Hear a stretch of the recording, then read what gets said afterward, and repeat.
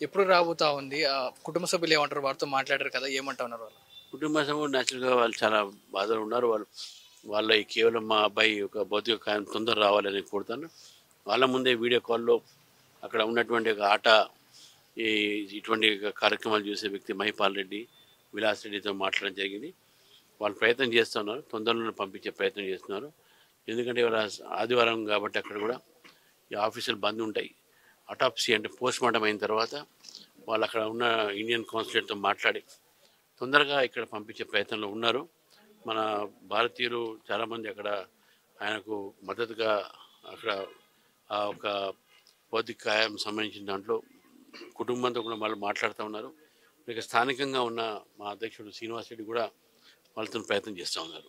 కుటుంబ సభ్యులు ఏమంటా ఉన్నారు? ఎప్పటికల్లా వచ్చే అవకాశం ఉంది? వారు ఏమంటా ఉన్నారు సార్? అంటే సడన్‌గా అక్కడ చనిపోయాడు.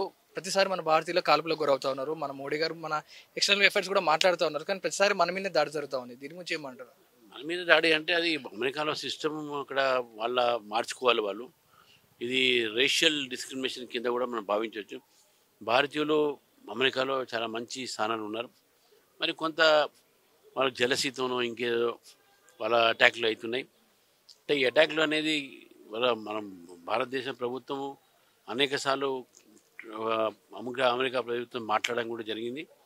మరి ఒక భారతీయ మీద కాదు ఇతరుల మీద కూడా అక్కడ దాడి జరుగుతూ ఉంటాయి. అక్కడ జనరల్గా అమెరికాలో మనం చూసాం, స్కూల్స్లో కూడా గన్ షూటింగ్ చేసి అనేక చిన్న చిన్న పిల్లలు.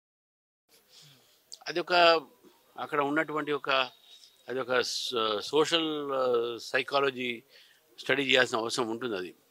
కానీ ఈరోజు ఏదో అటాక్ జరిగిందో అది కేవలం భారతీయులను తెలిసిన తర్వాత ప్లాన్గా అటాక్ చేయడం జరిగింది అనేది మేము భావిస్తూ ఉన్నాం. అంటే వాళ్ళు చెప్పిన బట్టి ఇట్లా ఇక ఫుటేజ్ అవన్నీ కూడా మేము చూడలేదు కాబట్టి వాస్తవాలకు ఏమున్నాయి మనకు ఇంకా డీటెయిల్స్ రాలేదు.